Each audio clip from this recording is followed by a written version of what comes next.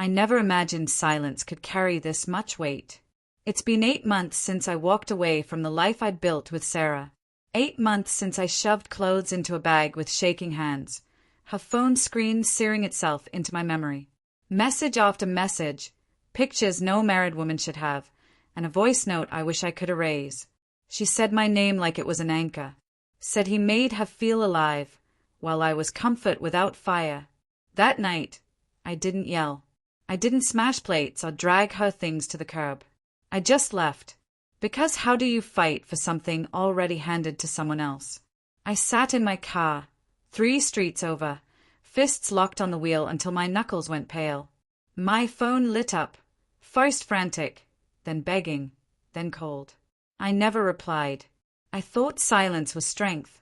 But silence doesn't heal. It preserves the wound. I built a new shell of a life. 1-bedroom apartment, long hours at work, dodging mutual friends. I told people we'd grown apart. Easier than saying she found someone more thrilling, more daring, more not me.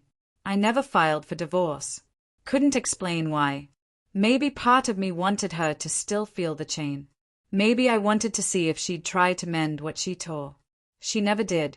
Not until last Tuesday. It was late.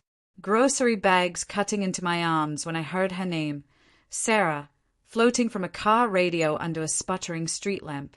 I froze. Memorial service will be held this Friday at St. Mark's. My chest clenched. Memorial service for who? I edged closer, tying a shoelace I didn't need to tie. Friends and colleagues remembered Daniel Harper, survived by his partner, Sarah Mitchell. Daniel Harper, her lover, the man behind the texts, dead. That night, I stared at the ceiling, sleepless, hearing their laughter, their plans, their whispered jokes at my expense. And now he was gone.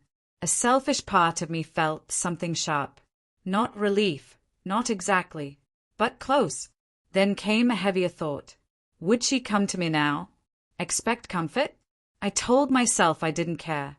But Friday morning, I was parked across from Street Marks, hidden behind tinted glass, watching mourners stream inside.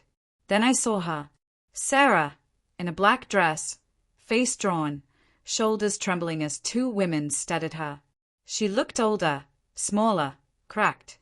My chest squeezed. I remembered rainy mornings, her whispering, "We'll survive anything." But then her eyes locked with mine across the street. She froze, and I knew I was still there, a ghost trailing her life. 2 days later, she knocked. Purse clutched like armor. "Hi," she whispered. I didn't move. "What do you want, Sarah?" She stayed at the floor. "Can I come in?" I hesitated, then stepped aside. The room shrank around us.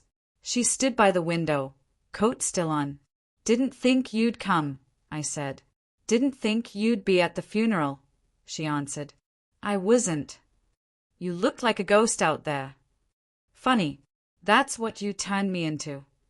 She flinched. Silence stretched until it hurt. Then she whispered, "I'm sorry." I laughed, bitter. For what? For cheating? For lying? Or for being caught? Tears welled. For everything. For thinking he was my forever. For discarding you like nothing. I turned away. Don't rewrite history just because it's gone. "I'm not rewriting," she said, voice cracking. "I'm facing it. You were good to me, and I betrayed that. I thought I wanted passion. What I wanted was to be seen, and I wasn't." I spun back. "I was right there, Sarah. Every day. You just stopped looking." She broke then, sobbing softly, and I hated that I still wanted to hold her, even though she'd burned me. "I don't expect forgiveness," she said. I keep thinking about how I ended us, how I erased you, and you stayed silent. That hurt worse than if you'd screamed." That was the point. She nodded, tears cutting down her cheeks. "I know, and it worked." We talked for hours about how it began, how it ended, how he died suddenly in his sleep, how people at work turned their backs when the affair surfaced. And somewhere between confessions and anger, something strange crept in. Closure. She didn't ask to come back. I didn't offer. We were two people standing in ruins, realizing it couldn't be rebuilt. Before she left, she asked, "Will you ever stop hating me?" I looked hard at her. "I don't hate you. I hate what you did. Maybe that's worse." That night, I sat at the kitchen table, staring at the untouched tea she'd left, and I realized my silence had been a prison for both of us.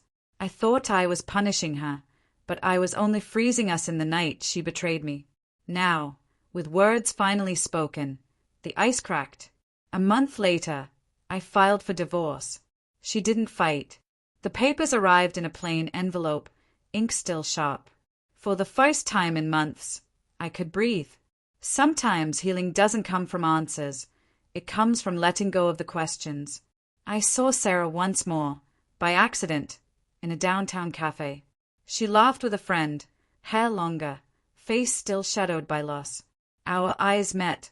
We nodded, not as lovers, not as friends, just as two people who once shared a life and now share a scar. And walking away, I finally understood. I hadn't stayed silent because she erased me. I stayed silent because I erased myself, waiting for closure that only I could give. And now, at last, I had.